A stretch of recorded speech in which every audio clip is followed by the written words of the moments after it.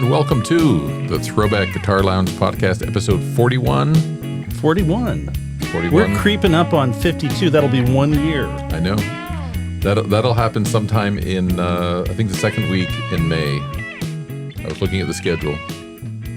One full year of this wonderful. And you know what Phil... Get together every week. You know what Phil said after we get 100?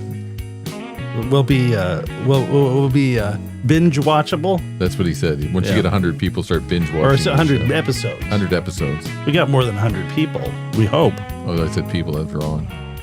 Okay, today we're going to have a Guitargument, and this was your idea, Matthew, in commemoration of the worldwide sporting event of this. It's a 2-week deal, right? We're talking about the Olympics, right? Yeah. It's winding down, so we thought, well, we'll do our own Olympics of guitar gear. Gold medal gear. Gold. What is your gold medal gear? I'll give my gold medal gear. We have to pick 1 amp, 2 pedals. Yep. And 1 guitar. 1 guitar. And that's the gold medal gear that we feel dominates the entire world competition for guitar. And it's a personal thing, but should we have a winter version and a summer version? Summer gold medal gear? I was thinking about that. You like a surf green and I don't know, shoreline gold? You have sort of indoor tones and outdoor tones, maybe. Maybe. Okay, so that's it though. The Guitargument is gold medal gear. Gold medal gear. We're gonna pick our favorites. No, these are the favorites of the moment, wouldn't you say? Isn't that kind of always that's the nature of the guitar world? You have your favorites, and then you put them in a case, and then you get a new favorite. Yeah. Then you rediscover the old one. That's the good part, though. I mean, yeah. And then you rediscover the case, and like, well, there it is. What's in there? Oh wow, I forgot I had that. Okay, so we're gonna go right to the ThroBak Mailbox. You have some mail. I've got some mail from the last episode. You ready for it? We're ready already. Okay. Hi, John. I noticed you don't top wrap any of your Les Paul or Les Paul style guitars. Do you have any thoughts on top wrapping you'd like to share? Okay. Yes. In fact, you mentioned this right before we started. That this was one of the viewer mails. I didn't read it. I thought you knew about it. I thought you saw it. Because I told you I just top wrapped the guitar. I had tried the top wrapping a Les Paul once before. Right, I remember that. And was kind of indifferent about it.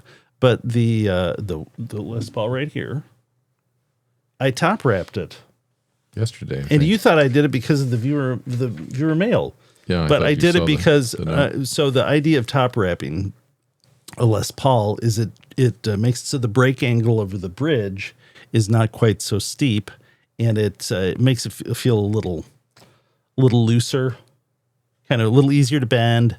Makes it a little less strident with pick attack. I think it makes it a little fatter sounding. You can see pictures of, I guess Duane Allman did it. Is a famous one who did this. You can find pictures of Jimmy Page top wrapping. I think Joe Bonamassa pretty much exclusively top wraps now. Really? His Les Pauls. And I found a Mick Taylor picture of a Les Paul top wrapped. So should I get the Les Paul? Sure. And we'll just play it real quick. I'll do that. And it's right on the wall. I'll just grab it right now. Drum roll, please. Okay, so this actually has the Mick Taylor, the MT-102B set, which is our set we showed in a couple, 2-3 podcasts ago. Mm-hmm, recently. And I played it at band practice and compared it against my 57 Les Paul here that has the 57 SteelHeads. And it was a little bit, it was just a tighter sort of feel. And I thought this is a new guitar to me. And I realized it had to do with the setup not quite being optimized from Gibson, as far as the nut slots were a bit high, and the tailpiece here was all the way down and very steep break angle, and also the saddles were not very well slotted. So I thought, well, while I do it, I will top wrap it, and oh dang it, I did it again. Your guitar? That's not this. This is so. I will play this with our with the. Should you show the top wrap? Did you? Oh yeah, people let's get see to if I it? can. Well, focus there. Yeah, It's hard to see. Maybe there you go. you can see. Right there. The idea is that the you can screw the stop tail down all the way to the top of the guitar deck and get very good contact there. I guess the idea is you get maybe a little better transmission of the string vibration through the stop tail, but it also changes the angle here for the strings so they're not quite as steep a break angle over the bridge saddles. I thought it was going to make it brighter. No. It makes it fatter and a little looser sounding or a looser feel. And I think it really actually addressed that and just kind of giving it a good setup just kind of addressed what I was finding less than optimal with the When you were playing it during when I was playing it during band practice. Yeah, it was just kind of actually part of it is this is a plucked guitar. My 57 from 2003 is not, and at least I don't believe it is. But I think that has a little bit of fall away that they used to put in the when they did the fret dressing. What do you mean by fall away? They had just an ever so slight amount of lower fret height when they do the fret leveling, when it heads towards the body, after it meets the body towards the end of the fingerboard. Okay. And I think the effect of that is that it just makes it so it's less apt to buzz further up the neck. But since this is plecked, it's pretty well flat through here, but I was getting a little buzzing going on with this guitar that had been plecked. But I think in order to prevent that, though, you've got to have the nut slot really done perfectly, not too high, and you have to have the saddles well adjusted as far as the filing the slots in there, so you get it following the radius of the fingerboard very well. And that part of it was not done well from Gibson. So the effect of lowering the nut slot there and fixing the saddles meant that I was getting the right angle string clearance over the frets further up the neck here without the need for a fall away sort of approach to it, which means you can get a lower action up here without buzz, but I think it's dependent upon getting these other setup details correct. So once I get that sorted out and adding the top wrapping, it plays great. And kind of my complaint with it previously is addressed. Okay, so I'll play it a little bit, just I don't know, maybe it'll demonstrate it. But the this is our first reveal of the Marshall Studio 20 head in use there. And Recent acquisition. yeah, That sounds good. I'll just play it a little bit here. Let's see. What should I play?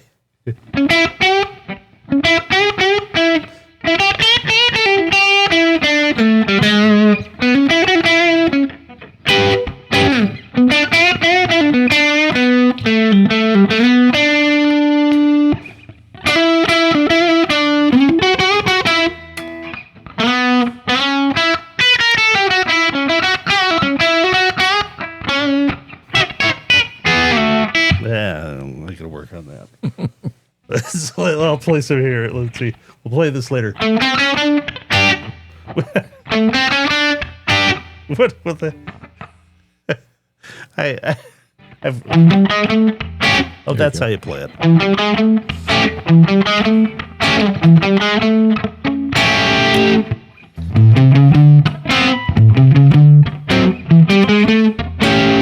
Okay, you get the idea. By the way, the Marshall sounds very Marshall-y. Yeah, no, that does. Okay, it's so not different than the Fender.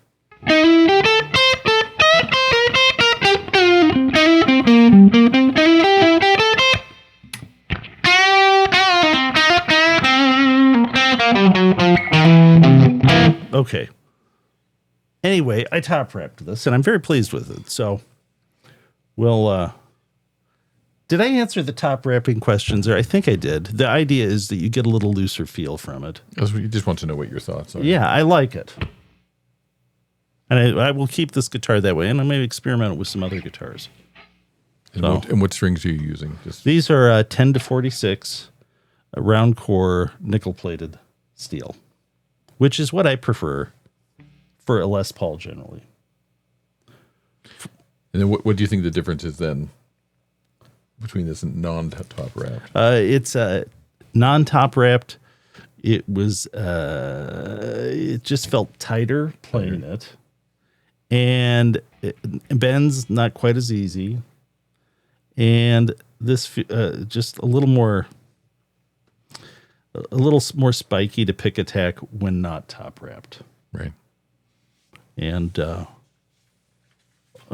with this guitar, the top wrapping I think helped out. So, okay. Well, what's the next question, Matthew? Well, it's kind of a.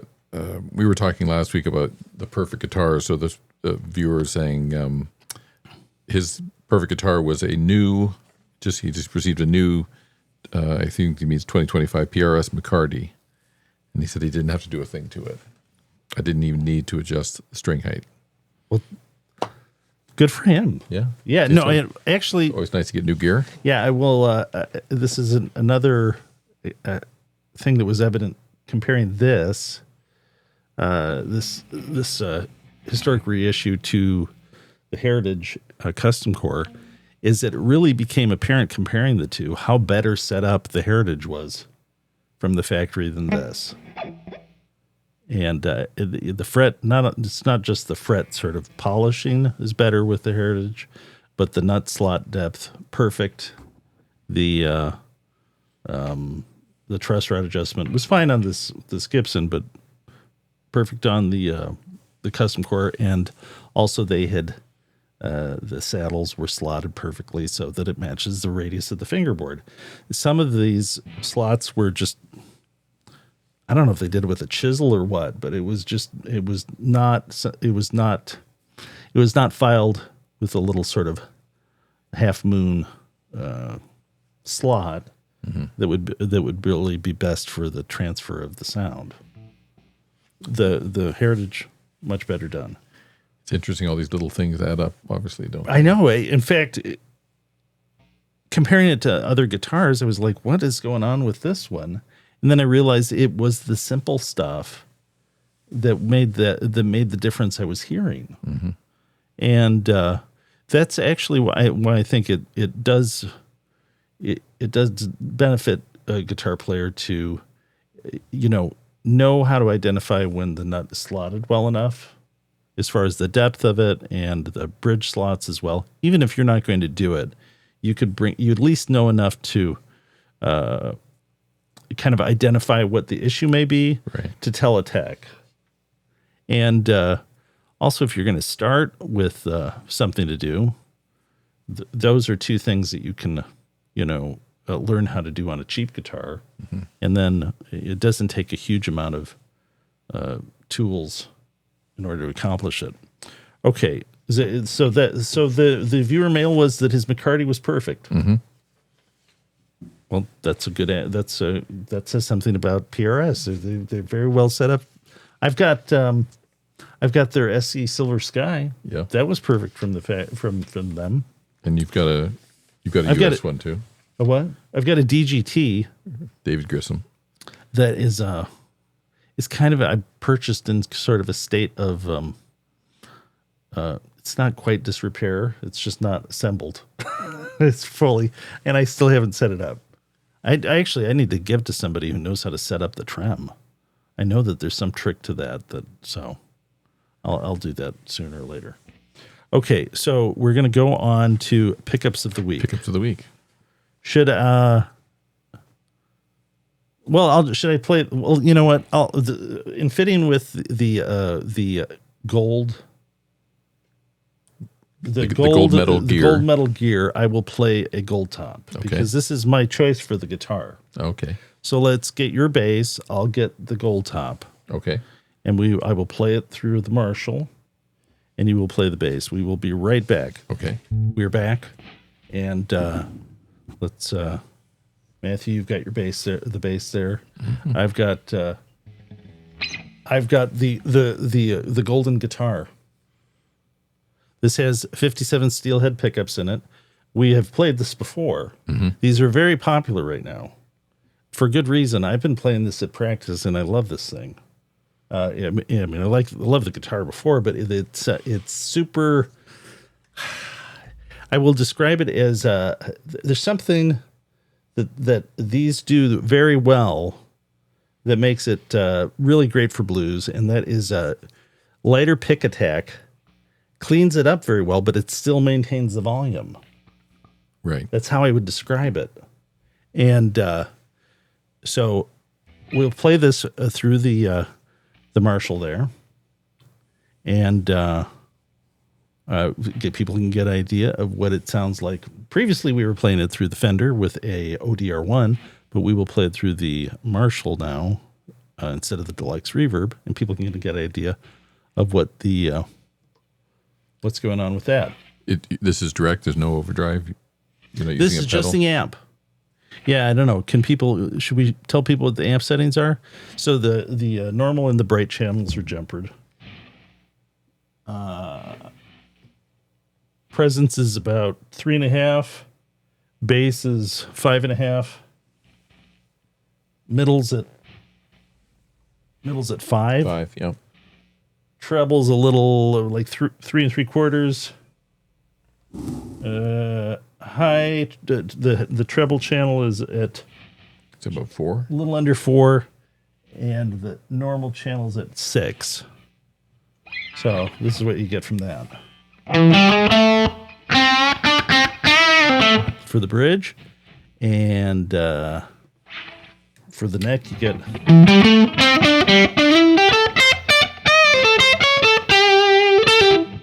And for the middle, you get the.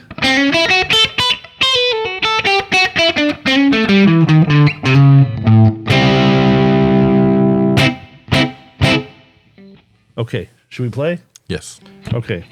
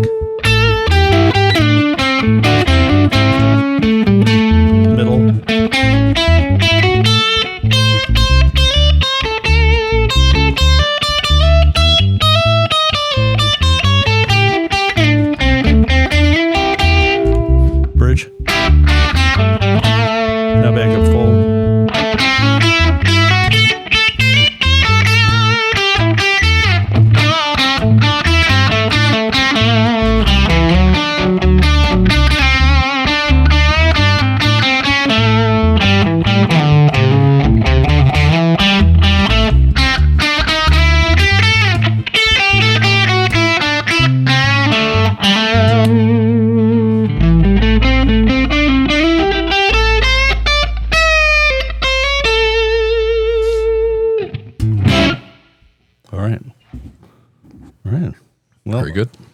Okay, so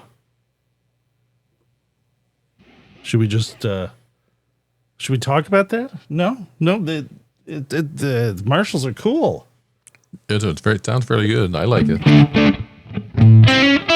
They got a nice distortion sound. Have you ever heard that before? Maybe the first time.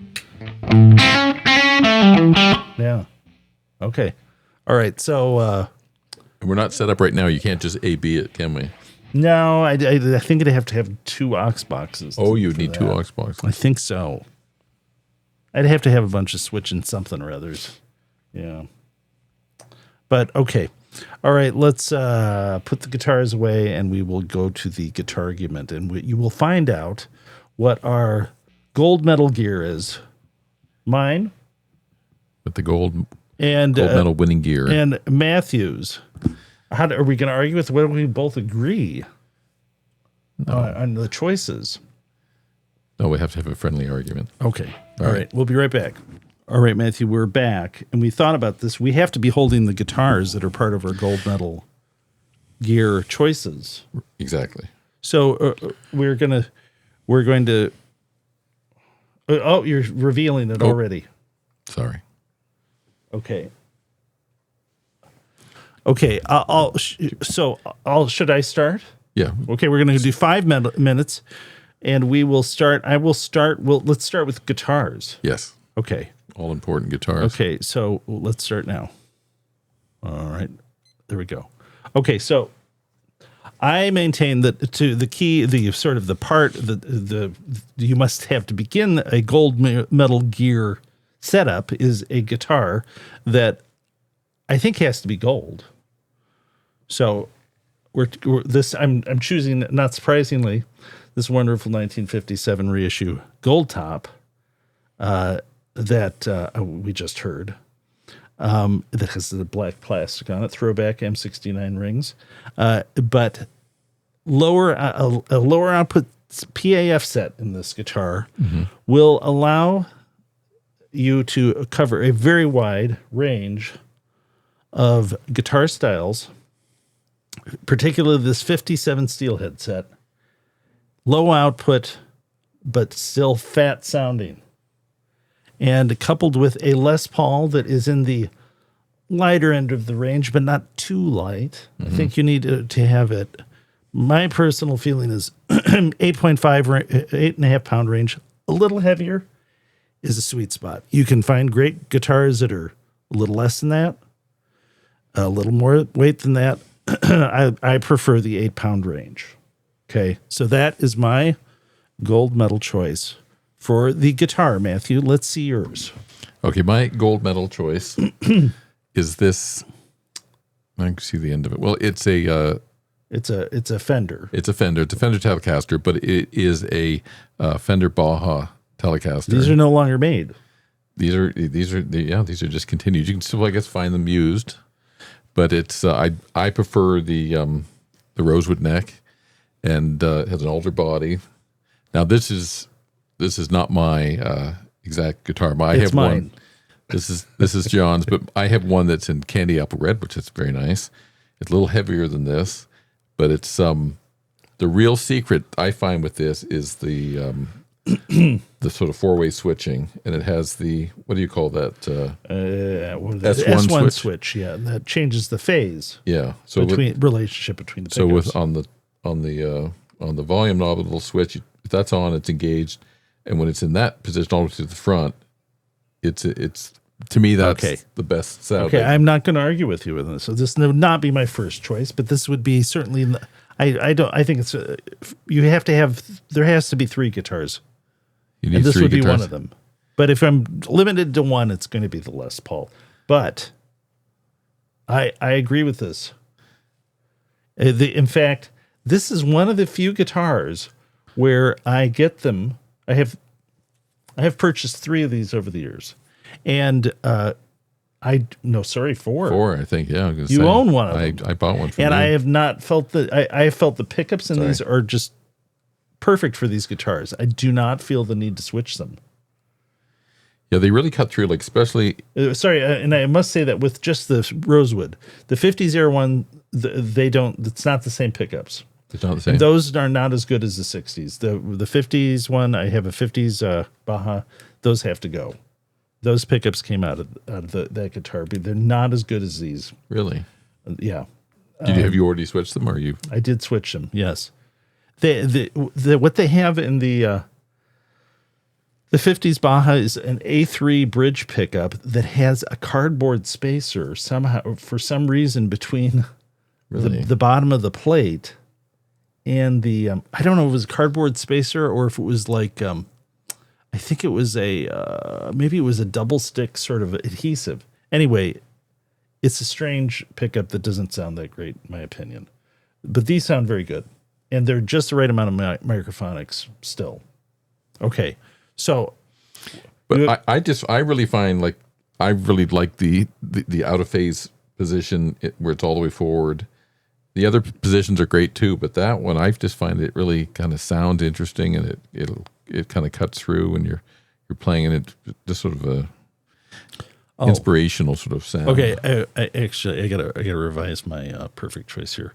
This guitar does have a push pull pot for the phase. Oh, really? I didn't know that. Yeah, I do think you got to have a phase reversal on your Les Paul if you want to have the one guitar to cover as much territory as possible with the Les Paul. That helps out because you can get stratty sounds out of it. You can get that hollow out of phase sound. That, and obviously that'll only work in the middle position. Yeah, right? that only works in the middle position. That's okay. Cool. Okay, so then of course you have to have an amp. Oh, we're already at 5 minutes. We're at 5 minutes. We'll go on. Okay, so my choice for amp. Show me yours. The one amp you got to have for the gold medal guitar gear. It is a late 1970s deluxe reverb.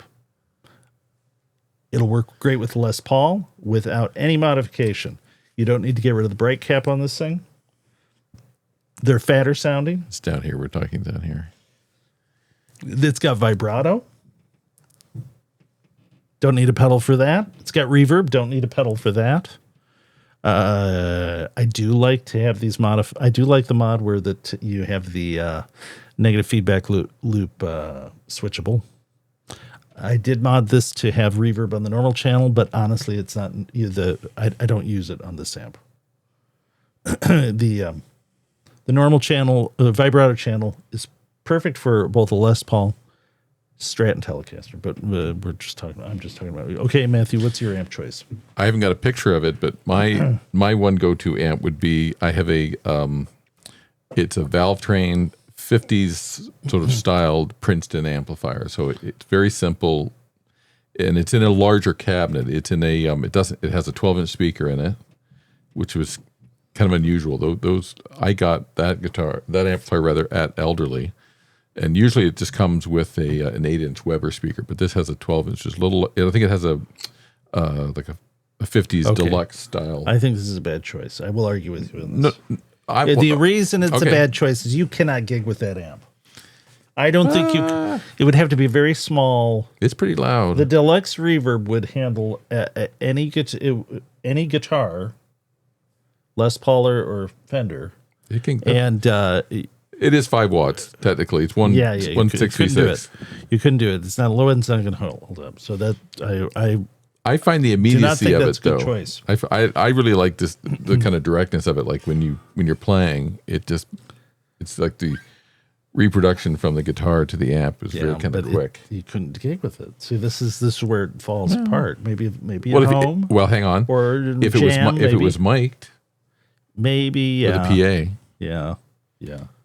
But the deluxe reverb, which I will show again here. These later 70s ones have more headroom. And so anyway, okay. Now we will go on to the pedal portion of our Guitargument. All right. I feel you must have an overdrive. Okay. In order to ideally you want an overdrive that will cover the a Les Paul. Mm-hmm. And but where I'm just talking about a Les Paul. But this pedal will work for a Les Paul, Strat, or a Telecaster. And so will that amp. So That is right now going to be the Fender the Noble's ODR1X. The reason I say the ODR1X is it has the bass cut knob here. It does have a gain mode that you can switch on that will actually, if you wanted heavy metal tones, this will do it. But I wouldn't be using that. But this bass cut knob is what allows you to use this pedal perfectly with a Les Paul and a deluxe reverb. But if you have your Fender guitar, you turn the bass up, and you've got nice full low end for that Fender amp. But they have the gold version of this anniversary version that does not have the high gain boost, but has the bass cut. That's what we use here on the show, is the gold version. But this thing sounds exactly the same if you don't switch the bass cut on, or no, if you don't switch the gain boost on. So they don't make the gold one anymore, but that is my overdrive choice for the gold metal gear to go with this gold top right here. Now, and the Fender amp right there. So Matthew. Well, if I'm going to go with my my amplifier that you say can't gig with, but it's okay. Hold on, show. I would. It doesn't have reverb, so I have a Wampler faux spring reverb that is basically always on. If I'm playing with that, and it's a simple little reverb. It sounds nice. Doesn't take much room on your little. I have a very small little pedal board, but it just sits there and it's always on. So I like that. Okay. And then for my overdrive, I'm surprised you didn't say this. I use the I do like. Well, I like that. I really boost. do. I think Well, if I was to tell it, this is. Go ahead. If I was only going to choose one, I would choose this because I can use this for if I want to get aggressive tones out of it, I can, or if I just want a boost out of it, I can. But generally, what on my board, I have this on a boost, and then I have the ODR1, this the simple one, not the X one. That one does a little overdrive, but this one I kind of use as a clean boost. But if I had only one, I'd have this, and then I could do everything with it. Well, your amp is a cathode biased amp. Yeah. This works very well with cathode biased amp. It works very well with the Fender, with like a deluxe reverb, but the Noble's ODR1 sound is really sort of distinctive. Mm-hmm. So that's kind of why I chose that. But I mean, this really does shine with a cathode biased amp. Yeah, or you can do it's like as far as like if you wanted to get the widest range out of the pedal. Oh yeah. So you can kind of okay. Well, I approve of that. You approve that? That would be a close. That I would be totally happy with that. And then what about your second choice? Okay, so my second choice pedal is and this is it for the pedals. We got two pedals, right? Yeah. So you chose a spring reverb, which I'm not going to need. No. Reverb pedal because that amp. deluxe reverb has spring reverb. I don't need a vibrato or tremolo pedal because the deluxe reverb has that. Yeah. But to expand the capabilities of that deluxe reverb, the Boss GE7 pedal. This one's an Analog Man that's modded. I guess that these things now that Boss kind of clued into what the mods tend to be on these, and the newer versions don't really need to be modded, I guess. But this is like adding you can add a boost channel to the amp with this.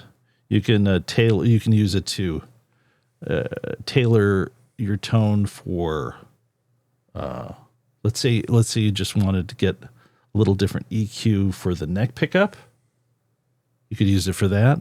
In fact, if we had one more pedal, I would say the ideal choice would be two of these. Oh, two of them. Wow.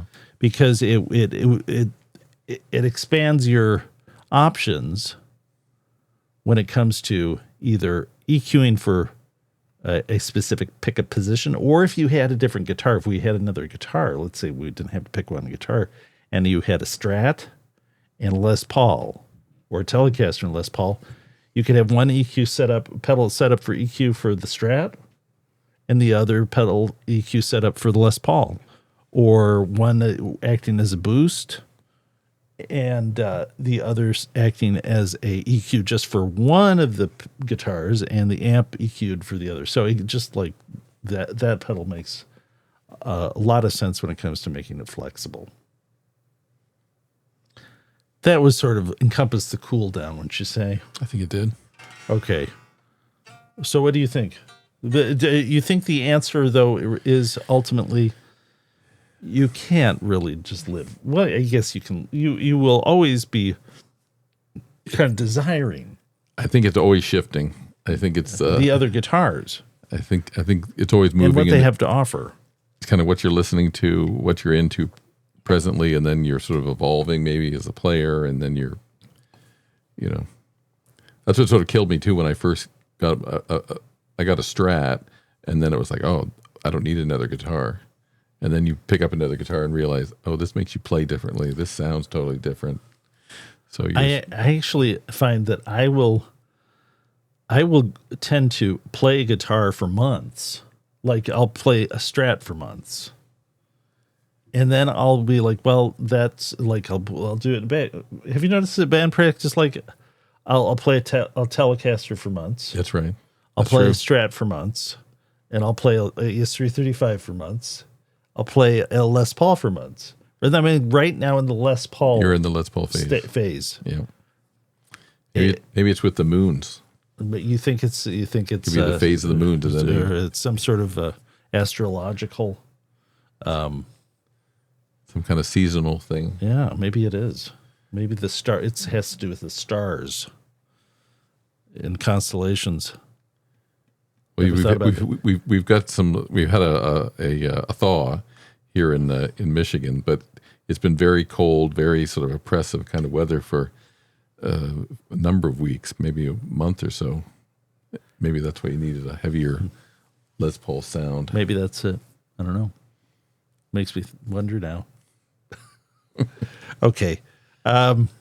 Okay. So, but it's gold. So mine was candy apple red, but this is a sunburst. Yeah, I guess there's gold underneath the red. Yeah, that's right. That's how they get it. Red. Okay. So Matthew, you have Rorschach Riffs. Yeah, I've got some. We're going to go to that. Okay. And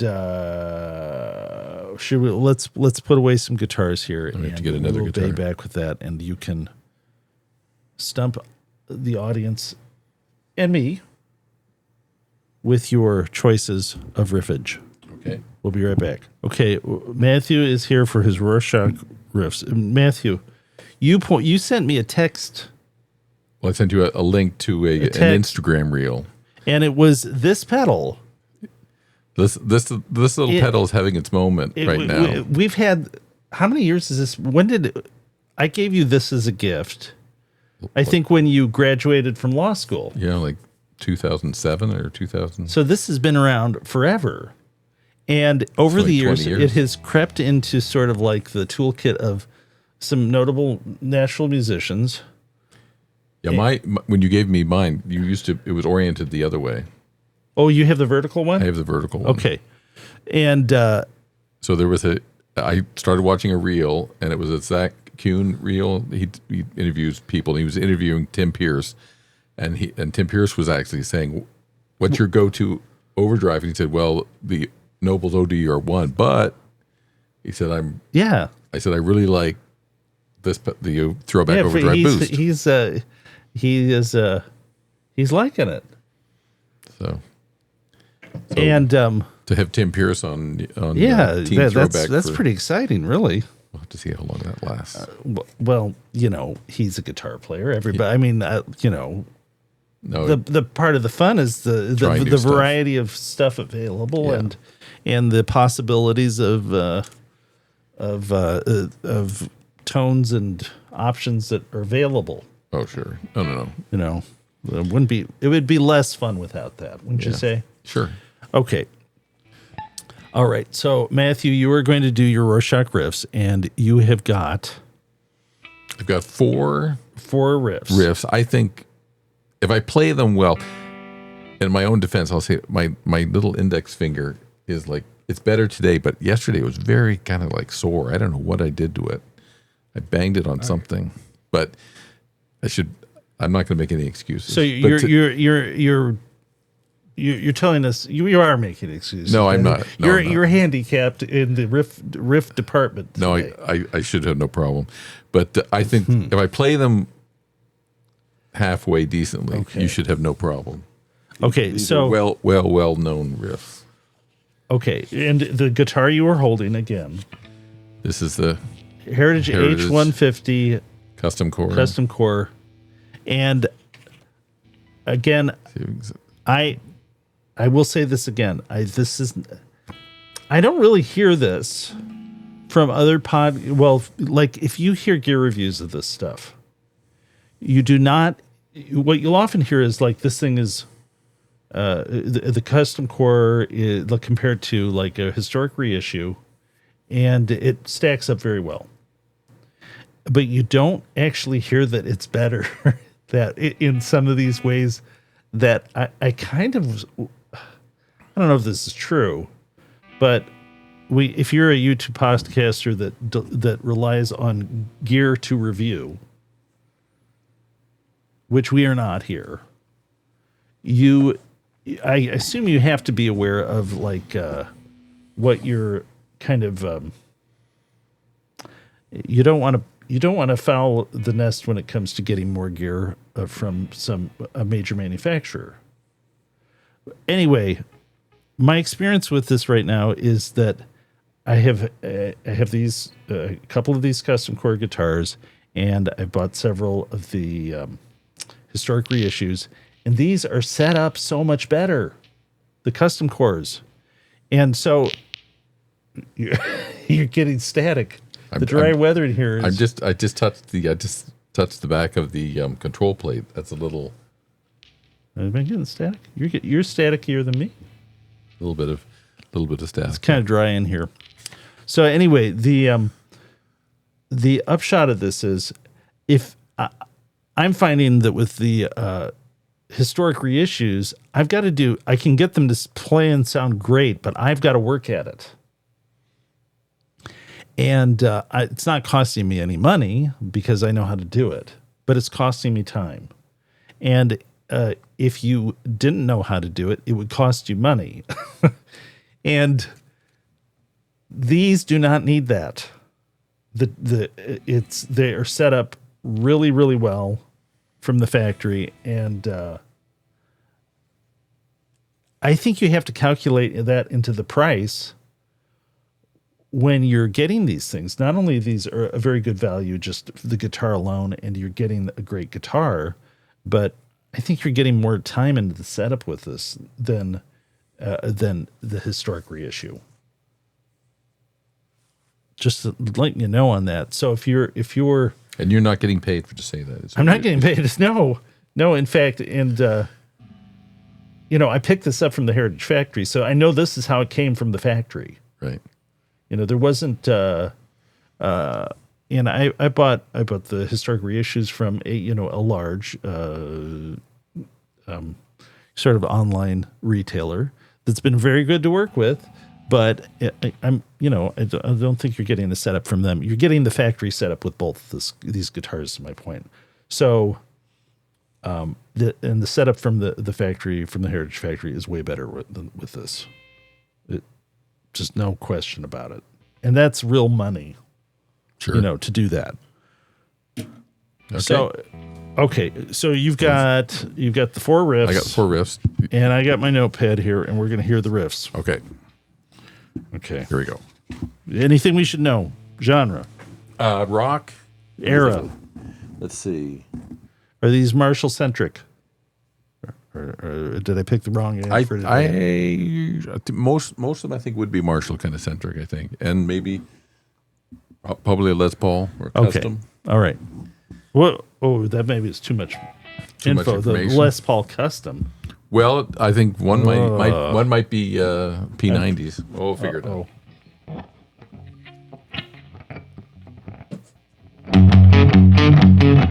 I knew it was gonna blew that. Okay, I know. Hold on. I'm out of practice. Stop.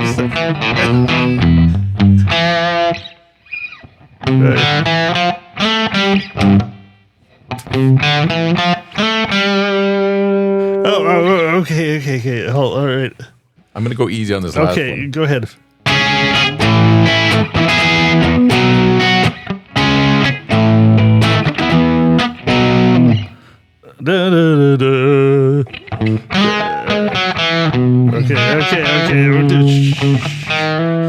Okay, let me hear number one again. Number one.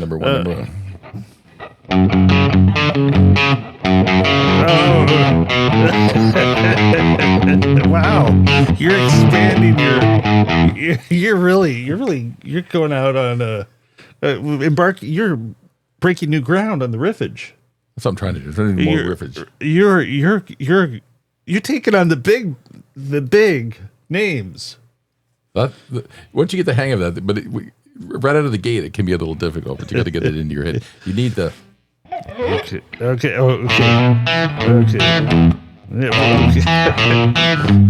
you're picking really tough ones to identify there. Okay. This one. Okay, play this the third. I know who it is, but okay. Okay.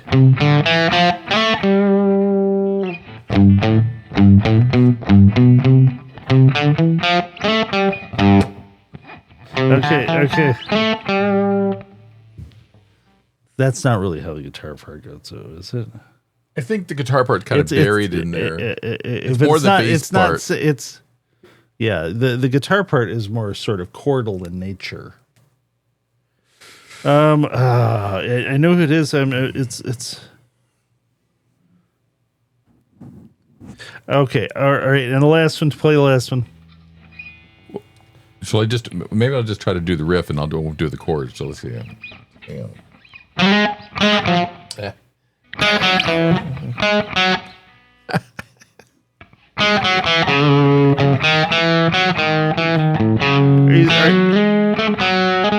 you just fighting back the tears, the pain involved to do this?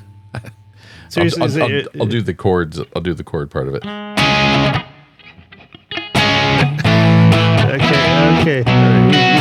Okay.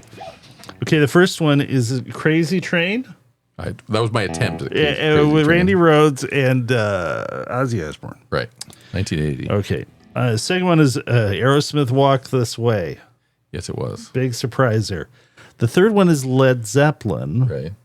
Is it Jamaica? No. Okay. Is it something Rain? Yes. What is the name of that song? Okay. There's that little breakdown in it, in the whistle. And then they do. Give me a hint. Give me the full title. Tell it to you, or do you? No, like some phonetic tip. So Rain is in the title. Something that rhymes with a tool. I forgot it. Okay. Tool. It rhymes with tool. Rain pool? No. The first word rhymes with tool. Pool? Something in the rain. I forgot. Okay, what is the name of the Starts with an F. I'm drawing a blank. I knew Fool in the Rain. Oh, that's it. Damn it. Okay, all right. And the last one is More Than a Feeling. No. From the first album.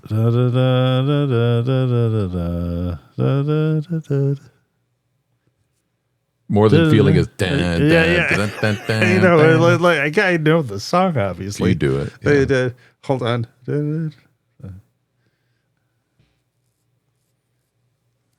No hints? No. I'm running through my head. Play it again. Maybe I'll just do the rhythm part at the beginning. Now the rhythm is kind of I think it's like a 12-string acoustic, but it's.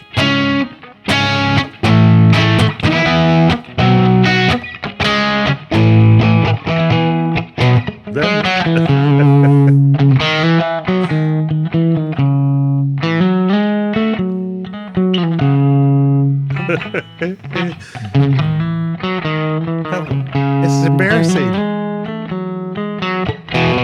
Okay. You had enough. Peace of mind. So close, Matthew. You've now ruined it. I'm sorry. Were you going to get that? I keep up on it. I was playing the lyrics over in my head, and I knew I was going to. Oh, I knew I was going to get to the right lyric at some point. I'm sorry. It's not a good. Actually, it's not a good title for that song when you think about it.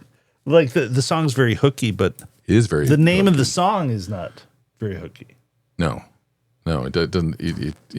Yeah. It doesn't stay with you. Yeah. Okay. All right. Okay, Matthew. Should we go on? I have been stumped by. I feel like the easiest stuff on the planet. It's so common. You forget what the title is. What would you call that? It's a sort of a under the radar approach to the Rorschach Riffs. You choose the obvious, and then it becomes impossible. Which one is it? Okay, you were going to musical, Matthew. Okay, I have a simple musical musing this week, and if you could, I need to show people what it is. Okay, so tonight, February the 20th until the 25th, I think. We're recording this on Friday. So this show will premiere on the 21st, but for this weekend and then early to next week, you can go and watch Baz Luhrmann's. Baz Luhrmann. He's the Australian director who directed the Elvis movie in 2022, and I guess I think it won some awards, but it was a biopic that did quite well. He had access to some Elvis Presley concert footage that they're saying is long lost from the Las Vegas 1970s residency of Elvis Presley. And then he's interspersed that with 16 millimeter tour footage, 8 millimeter home video or home film stuff that I don't think people have really seen before, along with some recordings of Elvis sort of telling his side of the story of different things. And he's combined all this stuff and he's put it into this film called Epic. So it's Elvis Presley in concert. Oh, I see. That's where the name comes from. So, I get it. And it's in IMAX this weekend. And we get to see 8 millimeter film in IMAX? Yeah, I know. I can imagine. That's going to be 16 millimeter film in IMAX. That means that the grain will be as big as your head. It's going to be. But this is, if you watch the trailer, like the colors in the trailer do look kind of fantastic. They do, it's very sort of that sort of period, early 70s, very vibrant kind of colors. But I'm just going to give a little blurb for it and promotion for it. And then in a week's time, on the 27th of February, it goes into wide release. But you can see it in IMAX if you're a diehard fan, which I plan to do on tomorrow night. Okay. And then I'll do a review of what I thought of it. So, okay. That's Elvis in a jumpsuit is always exciting, so I'm up for that. Well, I think you had we saw a picture of Elvis jumping in a jumpsuit when we were looking at some of this. Yeah. So. You probably were about ready to strike a karate pose, as he was wont to do. All right. Well, I look forward to hearing your musings of the king. I'm looking forward to seeing it tomorrow. All right. So, Matthew, should we recap the show? Mm-hmm. You stumped me on on a very obvious song in the riffs. I may have spoken too soon and didn't give you a chance. We played the guitar multiple times. Mm-hmm. I think that's what we're committed to doing now. We've tried to make a connection between the Olympics and guitars. Which there is. There is. Everyone knows that. And then I think we've committed to we're going to have even more guitars on the ThroBak Guitar Lounge podcast. We have to live up. That's a fact. We have invested heavily into guitars. I'm just going to have to do all the. I'm going to have to file some more nut slots and bridge saddles. Get everything for the Gibsons that need a little more fine tuning than I would have expected. But once they're tuned in, they're great. But should I say the Heritage is great right out of the box? It is. There it is. Yeah. Lots of pickup swapping to do too. Okay, that's to come on future episodes of the ThroBak Guitar Lounge Podcast. Thank you all for watching. Thank you for watching.